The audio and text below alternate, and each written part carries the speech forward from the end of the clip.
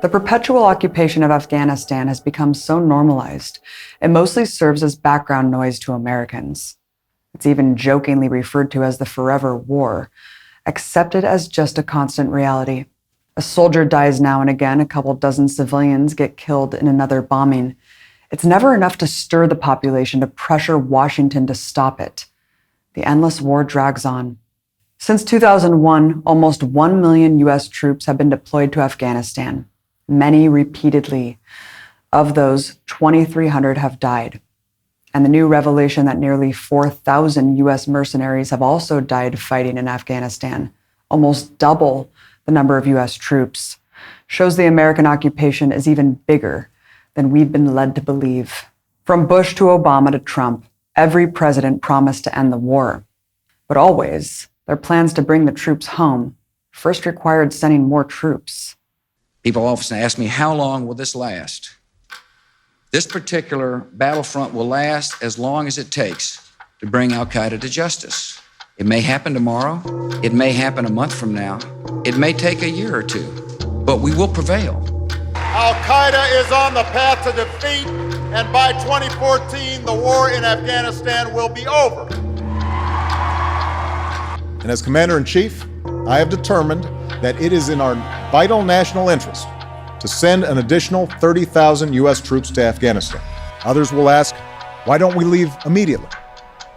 That answer is also clear. We must give Afghanistan the opportunity to stabilize. The consequences of a rapid exit are both predictable and unacceptable. We will not talk about numbers of troops or our plans for further military activities. Conditions on the ground, not arbitrary timetables, will guide our strategy from now on. And there's a reason, despite an unresolvable military quagmire, that the empire won't let go of Afghanistan. First, you have to look at the world in the same way the capitalist class looks at the world, as a chessboard. Every country another piece on an imperial puzzle they long to complete. Maybe you can be one of us, the few, the proud, the Marines. Afghanistan, just as a landmass, sits at the doorstep of the main rising competitors to American hegemony: China, India, and Russia. It also borders oil-rich nations the US wants to dominate: Iran, and a litany of former Soviet republics. This central positioning has long made Afghanistan the dream site of oil pipelines planned by US corporations. But those untapped profits pale in comparison to Afghanistan's real hidden treasure. In 2010, an internal Pentagon memo identified $1 trillion in mineral wealth beneath Afghan soil. The Pentagon said Afghanistan could become the Saudi Arabia of lithium, a mineral used in every smartphone and laptop. Lithium is only one of many resources to be pillaged. As the report explained, huge veins of iron, copper, cobalt, gold, and critical industrial metals are so big and include so many minerals that are essential to modern industry that Afghanistan could eventually be transformed into one of the most important mining centers in the world. The resources have never been fully exploited because of decades of armed conflict. In a visit to Washington last month, Afghan President Hamid Karzai said the value could be up to $3 trillion. It's very heartening that Afghanistan has a very bright future if the Afghan mineral reserves are properly extracted. Keeping US forces in Afghanistan simply to secure rights to strip the ground is more than enough reason for the empire. Coincidentally, since the US invasion, Afghanistan has become the largest opium producer in the world. At the same time, the United States has the world's biggest appetite for opium, which Big Pharma is currently forced to pay a pretty premium to purchase from India and Turkey. If only there was a country the US could exploit as a neo-colony for the same product. Not to mention the CIA has a long history of using illicit drug money to fund its black ops. While there are so many different sources of potential profit to be made with a total victory, for now, it's the military-industrial complex that is reaping the greatest rewards. A significant slice of the unknown trillions the US has spent in Afghanistan has gone straight to corporate defense contractors.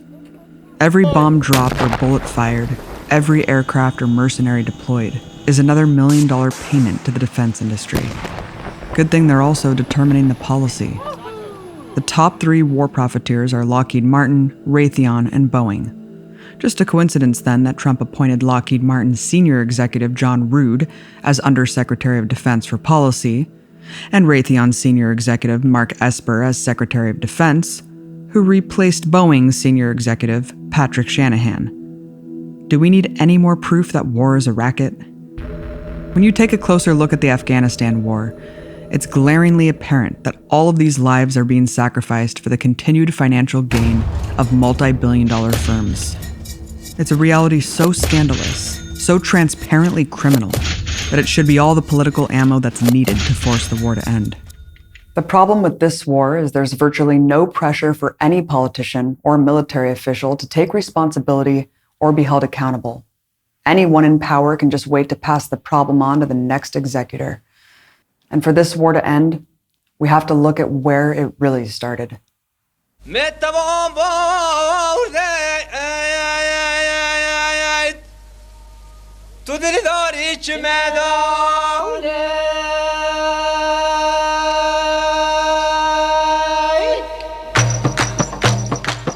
Afghanistan has a rich cultural history spanning over 3,000 years. It has spawned various musical, architectural, and artistic traditions. But when colonialism and U.S. interference enters into their history, this growth was sent backwards. Today, Afghanistan has been reduced to one of the poorest countries in the world. Modern Afghanistan was first invaded and occupied by the British Empire in 1838, and was marred in guerrilla war and subjugation until they won their independence almost 80 years later. But independence in 1919 began decades of rule by a feudal monarchy that would last 60 years before the Saur Revolution put into power the Socialist People's Democratic Party of Afghanistan. The new government implemented land reform, equality for women, legalization of trade unions, and a sweeping literacy campaign. The CIA helped organize and arm the old landlord class and conservative religious sectors into militias to overthrow the new state. The Soviet Union sent its military to support the communists against the Mujahideen insurgency. While it staved off the overthrow of the Saur Revolution, it cemented a state of permanent violence. The US initiated Operation Cyclone, which had the explicit goal of locking the Soviet army in a quagmire. We have with us 6 from the Afghanistan freedom fighters. The CIA imposed a state of civil war as they pumped billions of dollars to fund the Mujahideen, a bloody guerrilla war that laid the foundation for the endless fighting still today. It is entirely true that this was a war that was fought with our gold, but with their blood. Journalist Ahmed Rashid writes about the effect of this US operation. Some 35,000 Muslim radicals from 40 Islamic countries joined Afghanistan's fight between 1982 and 1992. Afghan people don't have a history of being religious zealots. To create the CIA-desired jihad required the recruitment of Arab, Egyptian, and Pakistani extremists. So the fundamentalism that emerged in Afghanistan is a CIA construct. One of the key players in organizing these recruitment training camps was none other than Osama bin Laden, and fighters that comprised the Mujahideen later became the Taliban. We've just held a very useful, and I might say brief, but also I'll add a very moving discussion with Chairman Yunus Khalis of the Islamic Union of Mujahideen of Afghanistan. I expressed our nation's continued strong support for the resistance. After 20 years of violent clashes and the withdrawal of the Soviet army, the Taliban eventually seized power in 1996. This victory was initially welcomed by Washington. With the Soviet Union out and an end to the armed conflict, the US might finally be able to start building that oil pipeline they wanted. So Unocal, the Union Oil Company of California, and the Clinton administration promoted the Taliban as the best source of stability to serve US capital and manage its pipeline projects. One of the things with the Taliban is they didn't have a clue about the oil and gas business. The idea was to bring them over and establish some credibility with the Taliban that we were a real company. Marty Miller secretly invited a group of Taliban leaders to UNICAL's headquarters in Sugar Land, Texas. No press covered the event. Marty Miller was vice president of oil company UNICAL. They wanted to build a huge oil and gas pipeline through Taliban-controlled areas of Afghanistan. But how did these negotiations influence US foreign policy towards the Taliban? But despite friendly formal relations between Clinton and the Taliban, they were secretly harboring Osama bin Laden as he cultivated al-Qaeda and declared a fatwa on the US. The US government has committed acts that are extremely unjust, hideous, and criminal through its support of the Israeli occupation of Palestine. And we believe the US is directly responsible for those killed in Palestine, Lebanon, and Iraq. For this and other acts of aggression and injustice, we have declared jihad against the US. The US today has set a double standard, calling whoever goes against its injustice a terrorist.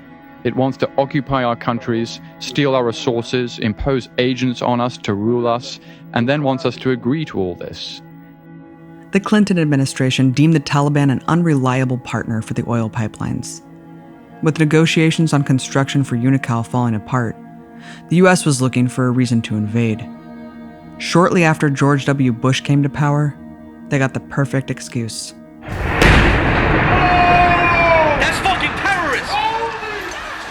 Today, it's almost universal that, of course, the US had to invade Afghanistan in retaliation. But that's just another lie.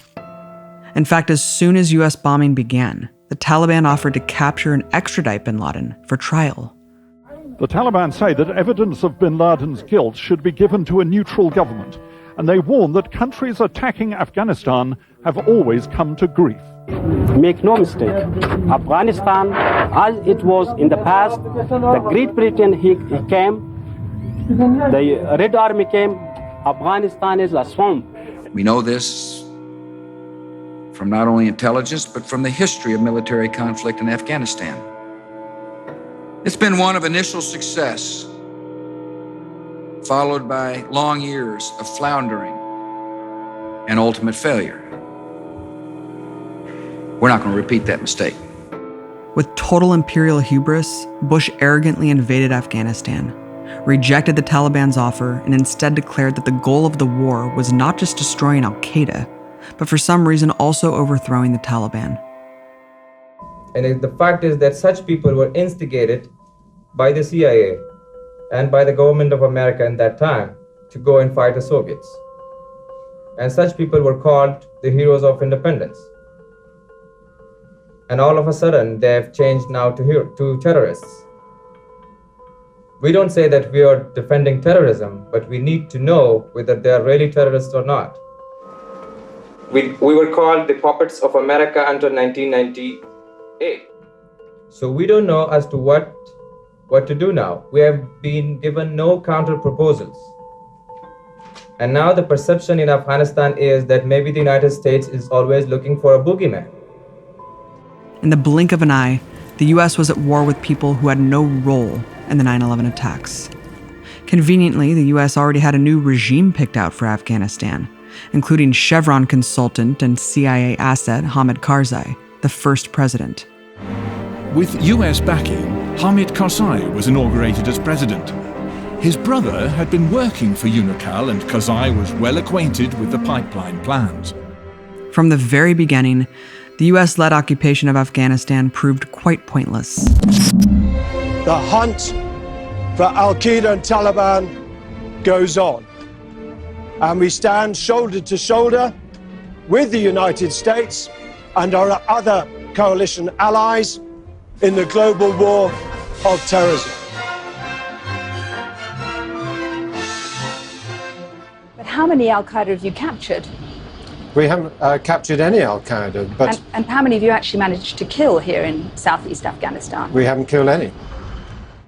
The war immediately became a quagmire, mostly laughed off by Washington, as the patriotic infection post 9/11 made them immune from criticism.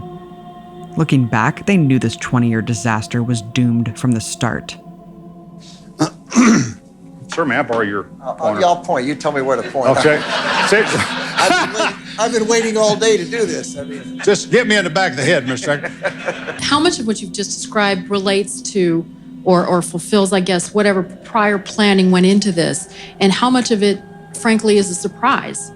How much of this is a surprise? What is this?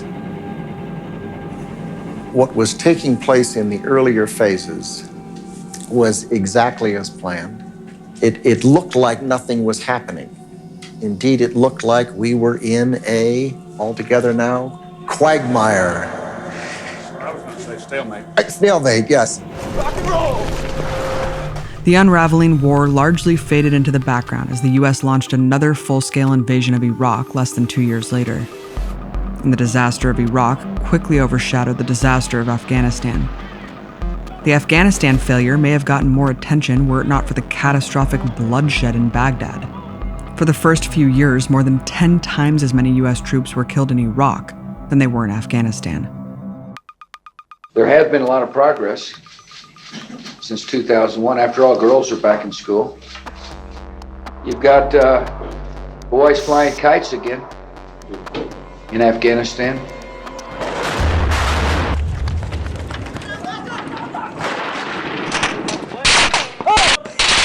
The anger of the country mounted against Bush's handling of Iraq, as US and civilian deaths in Afghanistan quietly grew year by year. And in 2008, Americans elected Barack Obama, the candidate who essentially ran on a strategy to end the wars and bring the troops home. But for anyone reading between the lines, Obama's anti-war argument was that we were focusing on the dumb war in Iraq and neglecting the good war in Afghanistan. I don't oppose war in all circumstances, and when I look out over this crowd today, I know there is no shortage of patriots or patriotism. What I do oppose is a dumb war. With the same two-faced rhetoric, Obama announced the end of the Afghanistan war by announcing it was first going into overdrive. And going forward, we will not blindly stay the course. Instead, we will set clear metrics to measure progress and hold ourselves accountable. And that America has no interest in fighting an endless war in Afghanistan. And as our coalition agreed, by the end of 2014, the Afghans will be fully responsible for the security of their country. Casualties surged. US troops requiring limb amputations increased 60%, with a 90% increase in severe wounds to their genitalia. Other than that, Obama's strategy accomplished nothing. The grand plan to defeat the Taliban with 100,000 US troops went up in smoke, proving once and for all the war was objectively unwinnable. When military defeat became clear, it began years of bumbling, confused generals using soldiers as bait to pointlessly fend off constant attacks with no discernible purpose. Simply continue to tighten the noose until we get where we want to go. Excuse me. Are we losing this war? Absolutely no way. Can the enemy win it? Absolutely no way. Lieutenant General David Rodriguez, Deputy Commander of U.S. Forces in Afghanistan. General, great to see you, and it looks like you are ready to watch some Army football. We sure are. We got our football signed by the team, we got our hat, and we're ready to watch some ball tonight. We have made significant progress with regards to our primary mission of disrupting, dismantling, and ultimately defeating al-Qaeda. We are not losing it, and the enemy cannot win. This undeniable progress has allowed us to begin transitioning to Afghan security control. I can see the columns tomorrow and all the parts. Look, the truth is that I feel like, we're making some steady progress. It's a slow win, I guess, is probably what we're accomplishing right on over here. It's not the way that I think both the Afghans, the international community, and the American people would like to see us conduct this war. On one small mountainside alone, Korengal Valley, 150 US troops died to control the passageway, only for the next commander to admit it had no strategic importance at all, and left. So, after a string of humiliations on a sprawling battlefield, the US retreated, but stopped short of a full withdrawal. Obama drew down only enough to keep the U.S. occupation in command. And so began the strategy we see continue today, a forever stalemate. Just enough soldiers to keep a U.S. foothold, just few enough dying to keep it out of the headlines. Afghanistan is a total and complete disaster. What are we doing? Let's get with it. Get out of Afghanistan. We've wasted billions and billions of dollars, and more importantly, thousands and thousands of lives. Trump campaigned on ending the endless wars, including in Afghanistan. But like a true con artist, Trump expanded the U.S. military in every region of the world. In Afghanistan, despite the rhetoric that he was bringing the troops home, he dramatically escalated the war. When the new emperor was faced with the question, how much more blood and treasure wasted on an unwinnable war, he answered, a lot more. My original instinct was to pull out. And historically, I like following my instincts. But all my life, I've heard that decisions are much different when you sit behind the desk in the Oval Office. In other words, when you're president of the United States.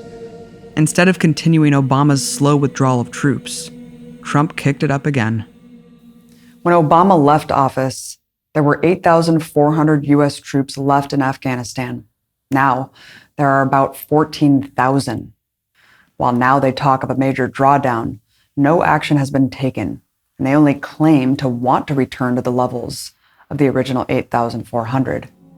You'd never know it from watching the news, but U.S. troops are still dying in Afghanistan. To date, 73 have died under Trump, and 2019 was the deadliest for Americans in 5 years. But this only scratches the surface. Trump also gave the Pentagon new authorization to bomb anything, anytime, leading to more bombs dropped on Afghanistan than any other president. Trump dropped more bombs there in 2018 and 2019 than in any other year during the entire war. Let that sink in for a second. The most bombing of any other year, more than during the massive bombing invasion of Afghanistan right after 9/11, more than Obama's troop surge in 2010, when 100,000 soldiers were engaged in the heaviest fighting. But Trump's most terrifying escalation is not even his sheer number of bombs, but their size. Marking a new chapter in the war, he oversaw the largest non-nuclear bomb to ever be dropped, with a blast radius of 1 mile.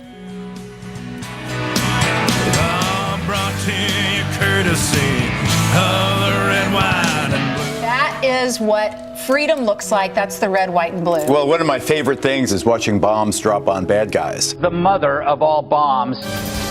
Now at 11, the mother of all bombs, the most The White House and the press gleefully repeated its name, the mother of all bombs, or Moab.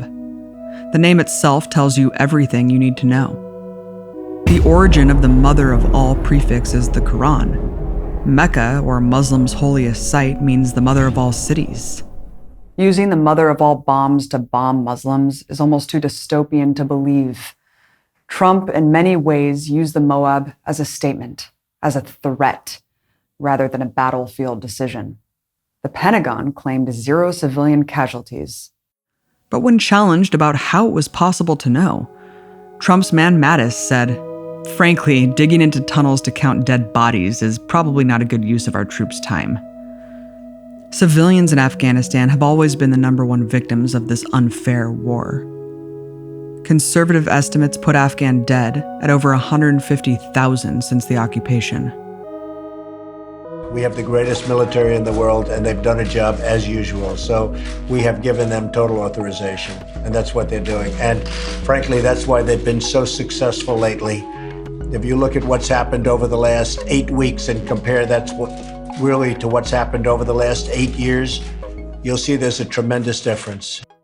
Shockingly, Afghanistan today is suffering the highest number of fatalities from the entire war, the vast majority from U.S. forces. Trump presided over a 52% increase in civilian casualties in just his first 9 months in office. It was only his second week in office when a U.S. airstrike killed 18 women and children in Helmand province. hundreds more would soon meet the same fate. And that's just from US strikes. They've pressed their Afghan puppet forces to increase their strikes as well, with their own explosion of civilian casualties. In April 2017, the United Nations Assistance Mission in Afghanistan found that US-backed forces killed 71 Afghan civilians in a single strike, 30 of them children. An entire generation of Afghan youth know no reality but US bombing and occupation. It's no wonder that a study found that 2/3 of Afghanistan's surviving population suffers mental health problems as a result of the war. And they can't even claim the strategy of callous killing is working. The Taliban today controls more territory than it ever has during the entire war. So to cover up this failure, they simply found new ways to lie to the public about it. In a bombshell 2018 expose, the New York Times found the Pentagon was claiming the Taliban only controlled 44% of districts, when in reality, they dominated 61%. We're like policemen. We're not fighting a war. If we wanted to fight a war in Afghanistan and win it, I could win that war in a week. I just don't want to kill 10 million people. I have plans on Afghanistan that if I wanted to win that war, Afghanistan would be wiped off the face of the earth. It would be gone. It would be over literally in 10 days. The impossibility of defeating the Taliban is why the Trump administration is pushing direct talks to try to negotiate a power-sharing agreement that allows permanent US influence. Keep in mind, a deal with the Taliban was already official policy throughout the Obama years. The whole time we were told the evil Taliban must be defeated, it was always admitted behind the scenes that they would always be in power. The US just wanted a piece of the pie. So what's the deal with this deal? While details change constantly, one consistent feature is allowing US troops or bases to remain in the country. Even Trump recently bragged that the Taliban actually wants us to stay. So let me get this straight. We can't leave Afghanistan until we get the Taliban to accept a deal.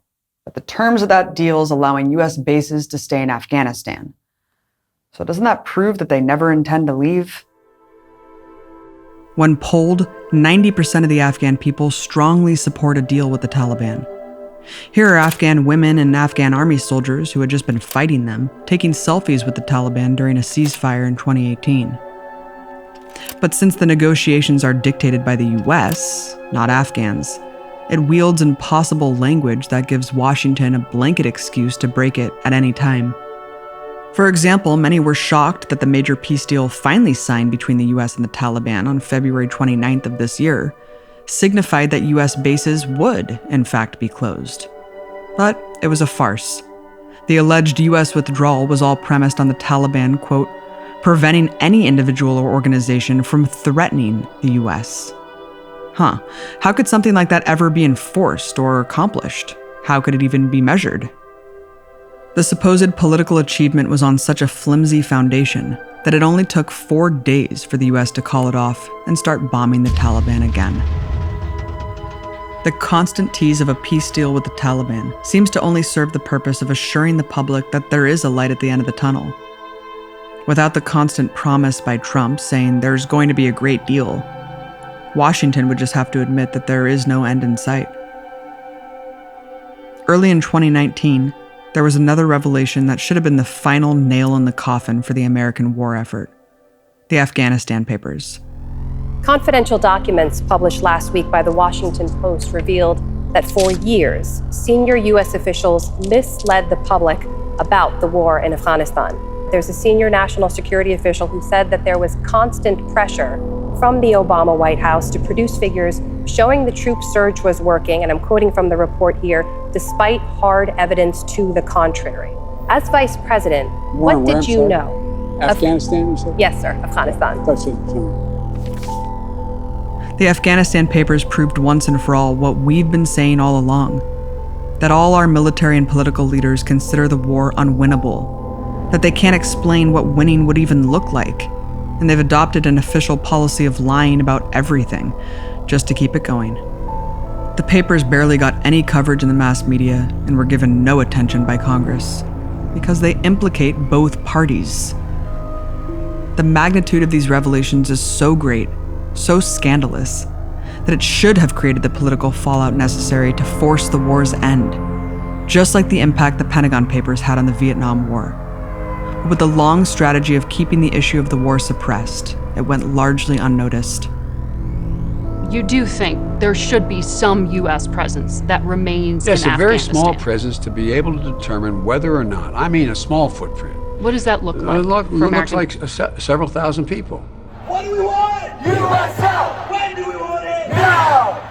Through the 2 decades of war, there have been 2 decades of resistance to it.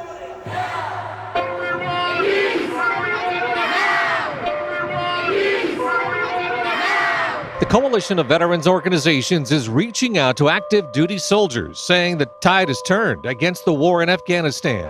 Their message: you don't have to go if you don't want to. In fact, you don't have to be there, and that's what this campaign is all about, letting people know what their options are. All you need to do is apply for conscientious objector status. We signed up to serve our country, but we didn't sign up to have our lives thrown away in a political chess game.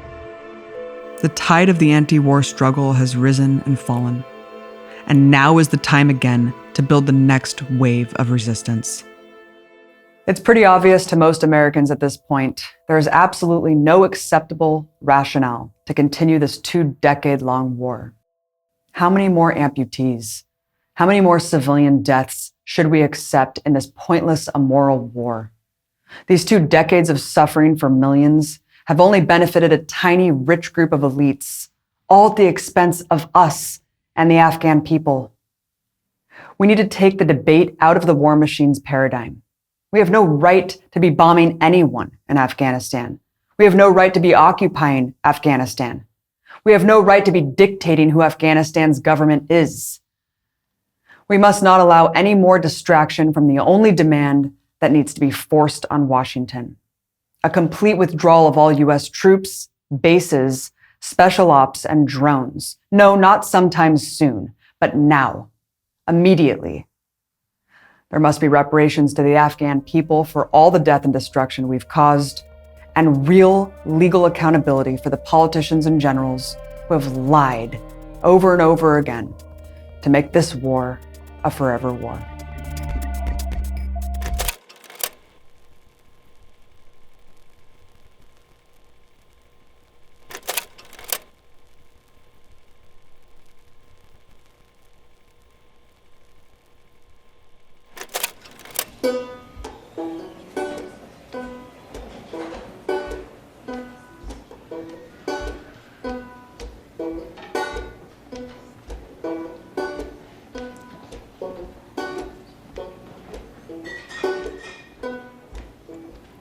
If I'm put into danger, I don't care. If my body is split into pieces, I don't care. They turned our maiden's hands into soil and ashes.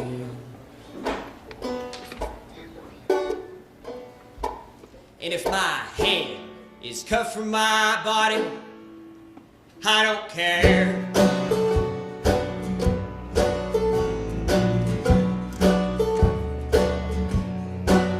Well, I leave my property